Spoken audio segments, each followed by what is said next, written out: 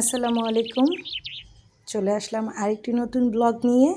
কেমন আছেন আপনারা সবাই? আশা করি সবাই খুব ভালো আছেন। আলহামদুলিল্লাহ আমরাও খুব ভালো আছি। প্রতিদিনকার মতো আজকের দিনটাও শুরু করছি একদম সকাল থেকে। আর সকাল মানে একদম ব্যস্তময় দিন। প্রতিটা সংসারী মানুষ মানে যারা গৃহিণী আছেন তারা জানে সকাল হলেই তাদের যুদ্ধ শুরু সারাদিনের। বাচ্চাদের পিছনে, হাজব্যান্ডের পিছনে কিংবা সংসারের টুকিটাকি কাজকর্মের পিছনে সারাটা দিন তাদের ক্লান্তিময় চলে। আর আমিও তাদের থেকে কোনোটা আলাদা না। আমারও সকাল শুরু হয় একদম 5G গতিতে। কারণ সকালবেলা রাফিয়ার বাবার আর রাফিয়ার স্কুল একদম একই টাইমে, রাফিয়ার বাবার অফিসও সেম টাইমে। সো তাদেরকে আমার একসাথে বিদায় দিতে হয়। দুজনেরই টিফিন দিয়ে দিতে হয়, কারণ রাফিয়ার বাবা সকালে একদম ভোরবেলা খেয়ে যেতে পারে না, ওর নাকি ভালো লাগে না। আর রাফিয়ার তো স্কুলে টিফিন দিতেই হয়, আর বাচ্চাদের সাথে শেয়ার করে খাওয়ার জন্য। ছোট বাচ্চা এত সকালে উঠে খেতেও পারে না, আর ওকে সকালে উঠানোটা হচ্ছে একটা যুদ্ধ। সেটা না হয় কোনো দিন একটা ভিডিও ক্লিপে আমি শেয়ার করব। এখানে আমি রাফিয়ার টিফিন আলাদা করে নিয়েছি। এই দুটো হচ্ছে রাফিয়ার টিফিন, আর এখানে সকালের খাবার হচ্ছে রাফিয়ার বাবার। রুটিটা এখনও প্যাক করা হয়নি। আর এমনটা না, ওকে দুপুরের লাঞ্চটাও আমাকে দিয়ে দিতে হয়, কারণ যেহেতু বাসা থেকে অফিস একটু ডিস্টেন্সে, তো বাসায় এসে খাওয়ার টাইমটা থাকে না, তাই আমাকে লাঞ্চটা দিয়ে দিতে হয়। আর সকালবেলা এই টাইমটা আমার কাছে খুবই ইমোশনাল। আমি জানি না আজকে 6-7 মাস যাবত রাফিয়া স্কুলে যাচ্ছে, কিন্তু এই টাইমটা আমার খুব মন খারাপ থাকে, কারণ বাচ্চাটা ঘর থেকে বের হয়ে যায় আর ঘরটা আমার একদম খালি হয়ে যায়। যদি একটু পরে ওকে আমি জয়েন করব, তারপরে যতটুকু টাইম আমি বাসায় কাজকর্মে থাকি, আমার রাফিয়াকে আমি অনেক মিস করি। ঘরটা একদম খালি হয়ে যাবে এখন। এই যে ও চলে গেল, এরপর আমার যত রাজ্যের কাজ আছে আমি সব কিছু নিয়ে বসবো একসাথে।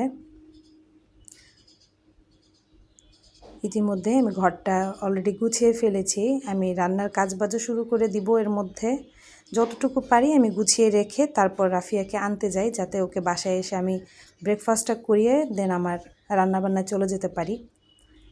আমি এতটুকুই গুছাতে পেরেছি, এখনও আমার বেডরুমটা আমি গুছাতে পারিনি, দেখাতে পারলাম না। আর এখন আমি বাসা থেকে বের হয়ে যাচ্ছি, আর এটা আমার বাসার গলি।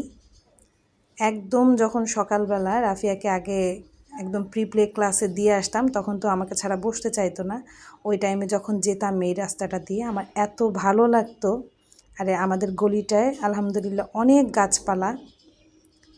আমি এখানে অলরেডি রাফিয়াকে রিসিভ করে ফেলেছি, ওদের স্কুল ছুটি হয়ে গেছে। আর সামনে আলহামদুলিল্লাহ কুরবানির ঈদ, যার জন্য স্কুলটা বন্ধ দিয়ে দিয়েছে।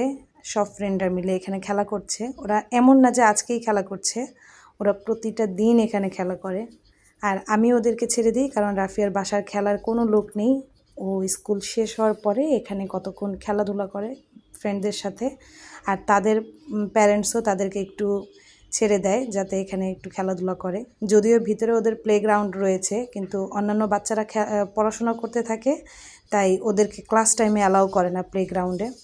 আর এখানে রাফিয়ার ফ্রেন্ড একসাথে হাত ধরে যাচ্ছিল, আর আমি একটু নস্টালজিয়া হয়ে যাচ্ছিলাম, কারণ আমি আমার বান্ধবীর সাথেও ছোটোবেলায় এইভাবেই হাত ধরে বাসায় যেতাম স্কুল শেষ করে। আর এটা হচ্ছে রাফিয়ার বেস্ট ফ্রেন্ড। রাফিয়া নিজেই বলে। মাঝখানে অনেক ক্লিপ বাদ পড়ে গিয়েছে রাত্রেবেলা।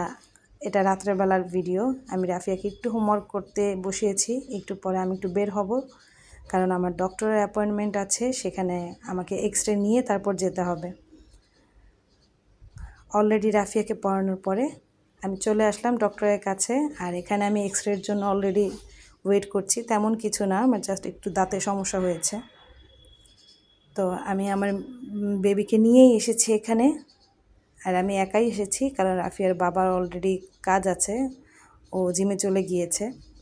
বাসায় আসার পর দেখলাম সে আসার সময় আম নিয়ে এসেছে। এই আমটার নাম আমি আসলে বলতে পারছি না, যেহেতু এটা ওই সময় কয়েকটা বলতে হাতে গোনা মনে হয় 2-1টা আম পাকা ছিল, আর প্রত্যেকটা আম কাঁচা।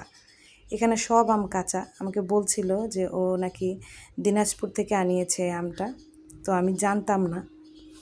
ওর কোনো একটা কলিগকে দিয়ে আনিয়েছে, তারাও এনেছে অনেকগুলো আম। সো এখানে আমাদের জন্য মেবি এখানে 11.5 কেজি আম রয়েছে।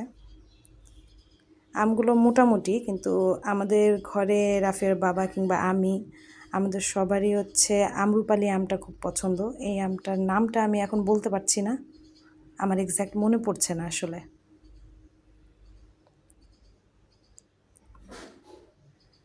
যে কয়েকটা আম পেকেছিল সেখান থেকে কয়েকটা কেটেছি, ভালোই ছিল, খারাপ না, কিন্তু আম্রপালির মতো লাগেনি আমার কাছে।